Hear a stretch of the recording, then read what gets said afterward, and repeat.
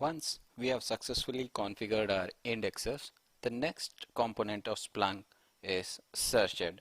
Since indexer is the core component which starts receiving of the logs, which stores the logs and everything, the next component would be searched or your AV forwarder or universal forwarder. You can start with any other component, but for this tutorial we'll be starting with configuration of searched. There are total of 3 different ways where you can configure Splunk searcher. We will see them one by one and you can choose and pick it up whichever you feel is comfortable. But in large deployments, keep the configuration centralized.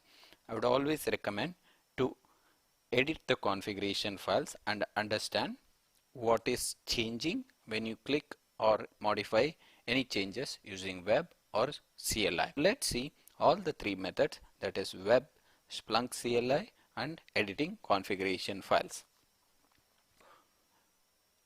Before we begin, let me log into Searcher so that we can start our configuration.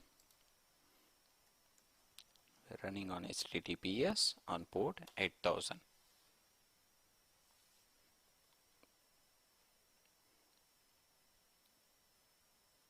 Once you log into the Splunk,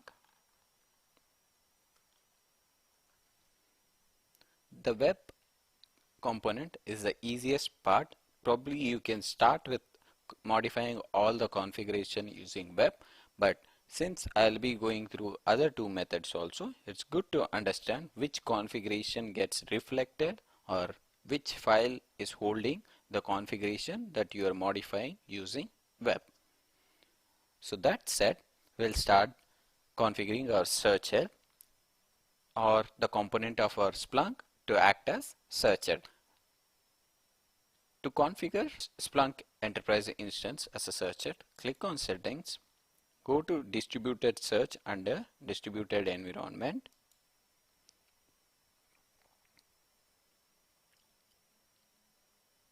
Once this page loads up, click on Add New under Search Peers. To add an indexer, you need to mention the server name or the IP address. We'll grab our indexer IP address. So this is our indexer. We have not customized any port. So it is 8089 and the username and password, because when you authenticate, when Splunk authenticates with the indexer, it will exchange its public keys so that it can log in and run these searches and fetch those results throughout our Splunk environment. The password,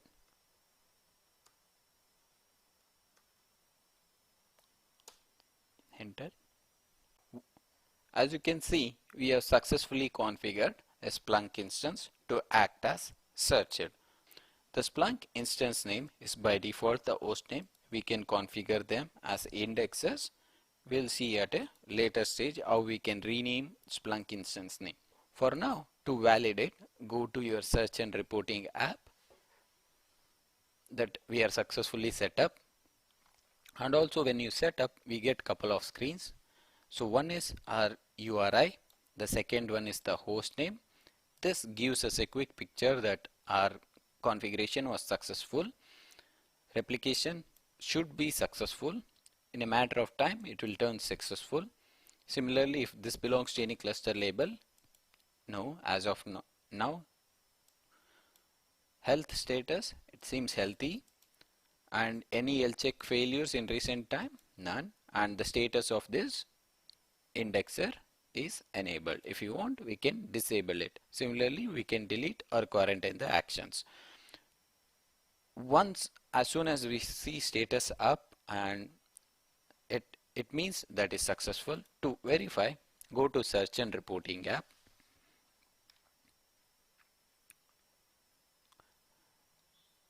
To verify, the best option would be to search for internal logs. Let me skip the tour.